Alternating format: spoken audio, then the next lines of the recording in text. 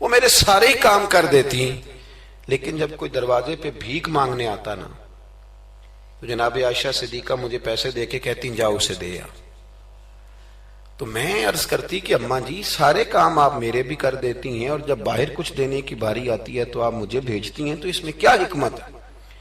تو جناب عائشہ صدیقہ رضی اللہ تعالیٰ عنہ کی سوچ دیکھیں، پھر لوٹیں میرے دوست، دیکھیں ہماری اماں ہماری تربیت کیسے کرتی، دیکھیں ان کا انداز فکر کیا ہے سوچنے کا۔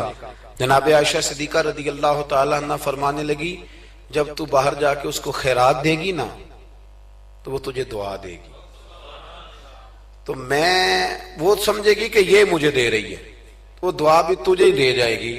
میں دعا بھی نہیں لینا چاہتی، میں نے جو بھی اجر لینا ہے قیامت کے دن اپنے رب کریم سے ہی لینا ہے۔ میں چاہتی ہوں کہ دعا بھی تو ہی لے لے، میں دعا والا۔ یہاں تو 36 مرتبہ شکریہ ادا کرنا پڑتا ہے، 36 مرتبہ۔ فلانا آیا اس کا بھی شکریہ، فلانا آیا اس کا بھی شکریہ، فلاں صاحب آئے ان کا بھی شکریہ، اتنے شکریہ ادا کرنے پڑتے ہیں۔ اور ہمارے تو دیہاتوں میں لوگ کہتے ہیں نیکی تے میں کراں پر یہ کڑا نہ نیکی کر دے۔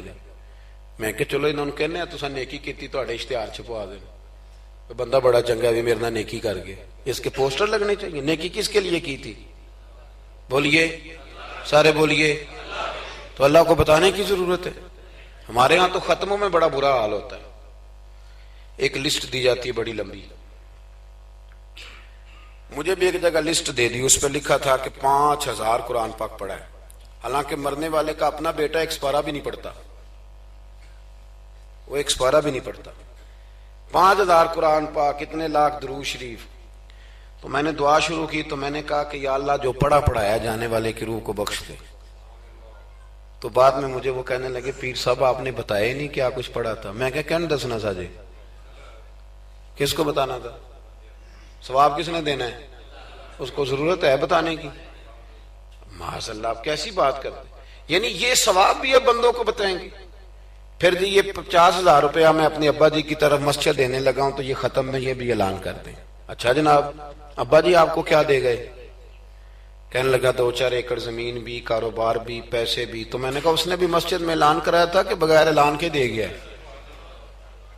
اتنی وہ تو بغیر اعلان کے دے گیا، تو اس میں سے 20,000 دے رہا ہے، اس کا بھی اعلان کرا رہا ہے۔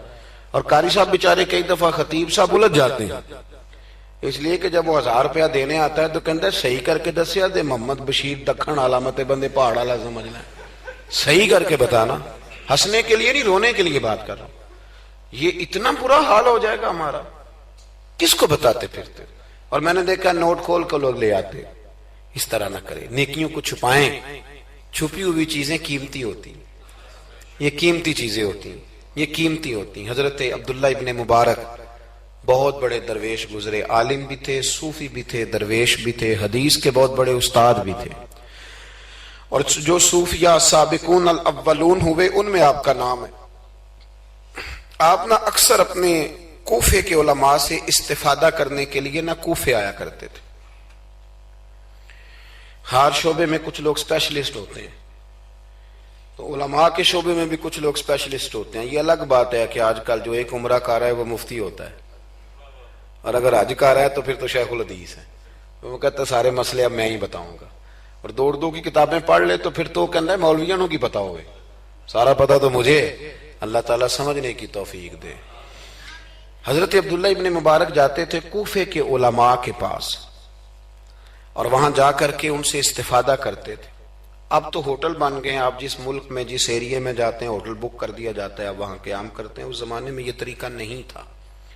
مسجدوں کے ساتھ لوگوں نے مہمان خانے بنائے ہوئے تھے، وہاں جا کے لوگ قیام کرتے تھے، کھانا پانی مسجد میں لوگوں کو پتہ چلتا تھا، مہمان آ گیا وہاں لوگ کھانا بھیج دیتے تھے۔ حضرت عبداللہ ابن مبارک رحمت اللہ علیہ اکثر اس مہمان خانے میں کوفے جا کے رکتے۔ ایک نوجوان تھا، اس کو علماء کی خدمت کا بڑا شوق تھا۔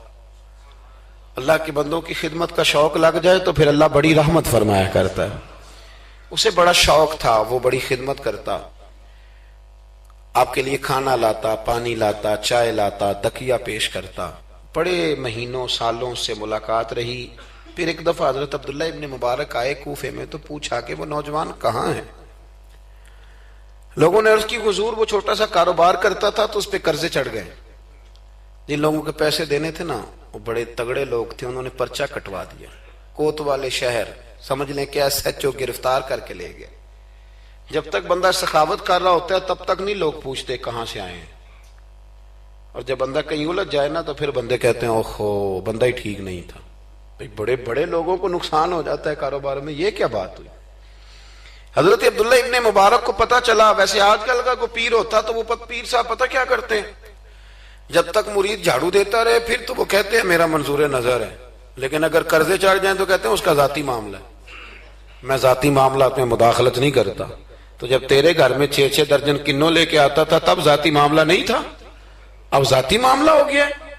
اسی طرح کام لیڈر کرتے ہیں، کام کراتے رہتے ہیں سیاستدان، اور اگر بندہ الجھ جائے تو کہتے ہیں اس کا ذاتی معاملہ ہے۔ تو جب دفتر کھلوا رہا تھا تب ذاتی معاملہ نہیں تھا۔ ہمارا یہ مزاج ہے کہ ہم طبعاً انسانوں سے نفع لینا چاہتے ہیں، لالچی ہوتے جا رہے ہیں۔ سیدنا عبداللہ ابن مبارک رحمت اللہ تعالی علیہ نے کہا قرضہ چڑھ گیا ہے اور وہ بند ہے جیل میں۔ آپ گئے، جا کے کوتوال سے ایس ایچ او سے ملاقات کی، فرمایا ماجرا کیا ہے، معمہ کیا ہے؟ وہ کہنے لگا حضور بچہ بے قصور ہے، بیچارہ کام کرتا تھا تو اچانک نقصانات ہوئے تو ہوتے ہی گئے۔ انسان جب کامیاب ہوتا ہے تو مٹی کو بھی ہاتھ لگائے تو سونا ہو جاتی، اور جب ناکام ہوتا ہے تو ایسا پھسلتا ہے کہ پھر کسی جگہ اس کا ہاتھ نہیں پڑتا۔ وہ الجھ گیا، حضرت جی الجھتے الجھتے قرضے چڑھ گئے، اور حضرت صاحب جس پارٹی کے پیسے دینے ہیں وہ بڑی سخت ہے، وہ کہتی ہے کہ ہم نہیں چھوڑیں گے۔ حضرت عبداللہ ابن مبارک رحمت اللہ تعالی علیہ فرمانے لگے پیسے کتنے؟ کہنے لگا 50,000 دینار، آپ سمجھ لیں کہ 5 کروڑ روپیہ۔ تو حضرت عبداللہ ابن مبارک، توجہ ہے نا میری بات پہ، تھک تو نہیں گئے آپ لوگ؟ حضرت عبداللہ ابن مبارک رحمت اللہ علیہ فرمانے لگے اگر تو میری ایک شرط پوری کرے تو میں پیسے دے دیتا ہوں۔ میری طرف دیکھیں، کہانی تو نہیں نہ سنا رہا میں، آپ ذرا غور تو کریں کیا کہہ رہا ہوں۔ یعنی 50,000 دینار۔ فون بند کر لیتے ہیں لوگ اگر آپ کو پیسوں کی ضرورت پڑ جائے تو، لوگ فون بند کر لیتے ہیں۔ ویسے کہتے ہیں چودھری کو حکم ہوا تو دسی، اور جب وہ بتا دے پھر چھٹی۔ 50,000 دینار۔ حضرت عبداللہ ابن مبارک رحمت اللہ علیہ فرمانے لگے میری ایک شرط پوری کر، پیسے میں دیتا ہوں۔ اس نے کہا حضور 50,000 دینار ہیں، فرمایا میں نے سن لیا ہے پر میری شرط پوری کر۔ اس نے کہا حضور وہ کیا؟ تو آپ فرمانے لگے اس نوجوان کو بتانا نہیں اس کے پیسے کس نے دیے،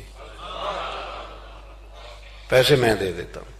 اس نے کہا حضرت جی اسے نہیں بتانا۔ آپ فرمانے لگے اس کے لیے نہیں دینے، میں نے اللہ کی رضا کے لیے دینے، اور جس رب کے لیے میں نے دینے ہیں اسے بتانا نہیں پڑتا، وہ تو دلوں کے حال جانتا ہے، وہ تو علیم بذات الصدور ہے، لہذا بتانا نہیں۔ اس کو پیسے دے دیے۔ نوجوان نے بڑی منت کی کوتوال کی، یار اتنے بڑے پیسے کوئی دے گیا، کوئی 10 روپے تو نہیں دینا، اس محسن کا پتہ بتا، میں تو اس کے پوتوں کی بھی نوکری کروں گا۔ اس نے کہا میں مجبور ہوں، مجھے حکم نہیں، میں نہیں بتا سکتا۔ وقت گزر گیا، کوتوال بھی کہیں تبدیل ہو گیا۔ وہ نوجوان کہتا ہے عبداللہ ابن مبارک بوڑھے ہو گئے، اب گھر میں رہتے ہیں، باہر نہیں آتے، زیادہ ذوف آ گیا، اب جس نے پڑھنا ہے کچھ استفادہ کرنا ہے وہ بھی گھر میں حاضر ہوتا تھا۔ اللہ اکبر۔ وہ نوجوان کہتا ہے جیسے جیسے میری عمر بڑھتی شوق بڑھتا کہ یار میرا محسن مجھے مل جائے، میں اس کے پیر ہی چوم لوں ایک دفعہ۔ اتنا عظیم آدمی۔ اس کے بعد کئی دفعہ حضرت عبداللہ ابن مبارک ملے بھی۔ نوجوان کہتا ہے وہ جب بھی مجھے ملتے میں انہیں کہتا بابا جی نیک تو آپ بھی بڑے ہیں پر بندہ تو وہ تھا نا جو میرے پیسے دے گیا۔ تو وہ فرمایا کرتے چل دعا کرنا اللہ مجھے بھی کوئی کام کرنے کی توفیق دے، دعا کرنا۔ وقت گزر گیا، 15 سال بیت گئے۔ ایک دن وہ کوتوال کہیں رستے میں مل گیا تو اس نوجوان نے نا سر سے پگڑی اتار کے پیروں میں رکھ دی، کہنے لگا تجھے اللہ رسول کا واسطہ، میں کہیں شکریہ ادا کرنے سے پہلے ماری نہ جاؤں، میرے محسن کا پتہ تو بتا دے، ایک دفعہ بتا وہ کون ہے۔ وہ کوتوال کہنے لگا تو نے قسم ہی بڑی دے دی ہے، تجھے واقعی نہیں پتا وہ کون ہے، تو نہیں جانتا؟ کہا نہیں۔ کہنے لگا روز تو ان کی بغل میں بیٹھا ہوتا تھا، بعد میں بھی کئی دفعہ اکٹھے دیکھا۔ کہا کیا مطلب؟ کہنے لگے حضرت عبداللہ ابن مبارک۔ وہ نوجوان کہتا ہے میں اتنا تیز دوڑا کہ پگڑی گر گئی، جوتے ٹوٹ گئے، پیروں میں زخم ہو گئے، پر میں بھاگا کہ میں شکریہ ادا کروں، میری اجرت میری محنت سے زیادہ کیوں ہے، میرے محسن تیرے